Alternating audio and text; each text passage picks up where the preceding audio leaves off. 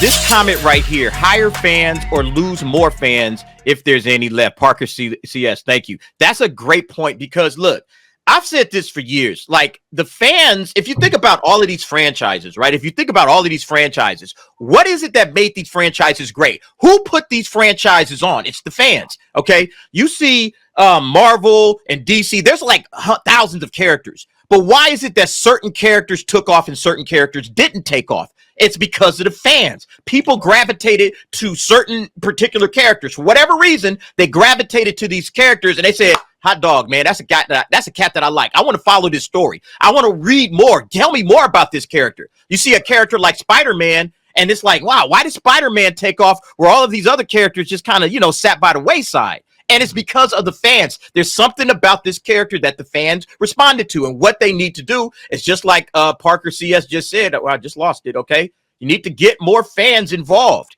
You need to bring in more fans. The idea that you can, take comic book characters that you don't know, okay? You don't know who these characters are. You have no idea because you just bought the property. You didn't create this character. You didn't write this character. You didn't develop this character. You just borrowed this character from a giant franchise. And the very idea that you could just take this character and just run with it and change them around and do all kinds of stuff to it without consulting the fans, without consulting the people that actually made that character something enticing, something that you enjoy. And you're like, oh my God, this character is blowing up. Everybody likes this guy. The fact that you think you could get away with that is high delusion, man. It is like super delusional. Why would you think that you could? Yeah. Speak on it. T. Go ahead, bro. Let me chime in. You know what? I think that us in this whole thing we got going on here. I think the one thing that we don't really. The reason why we're so passionate about it is we didn't have a voice before to go in and say, hey, look, I'm putting this video up. I'm passionate about this dude. I like characters. I like what they represent. I don't like what they represent. Please fix it, right?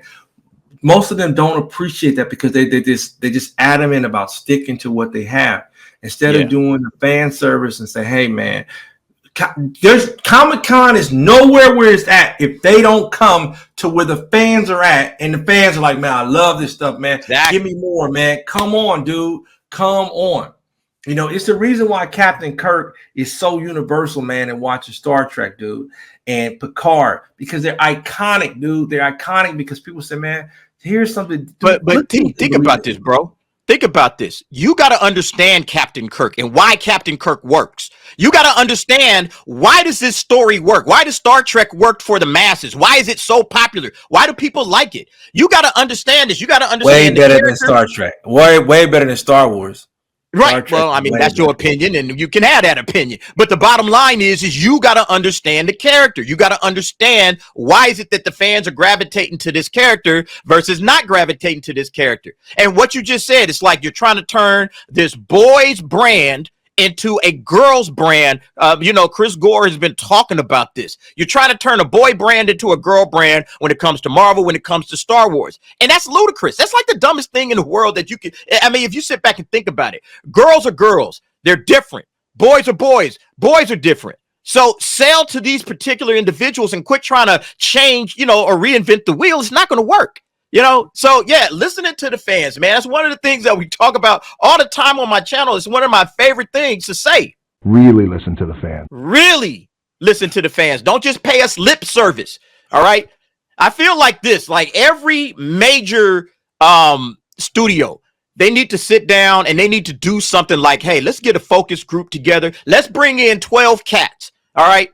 12 random fans. It doesn't matter where y'all come from, what your background is. You like Star Wars, you like Marvel, you like DC. Hey, we're bringing you guys in. We want to hear what you guys think about what our latest moves are. All right. Because we got a whole lot of stuff to talk about when it comes to the latest moves that these companies have been making with these franchises. Sit down and talk to them and figure out, okay, what is it that these cats are really looking for? What is it that they really want to get out of their franchises? Because we are taking over something that they built. The fans built this. You didn't build this, Disney. And it's really Disney that's the main culprit. But DC also jumps in there.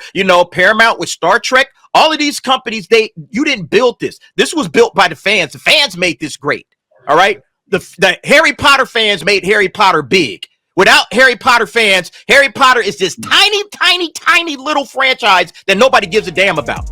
But you add the fans in there. Oh, well, the fans are the ones that made this thing great. So you got to start listening to the fans. That's the main thing.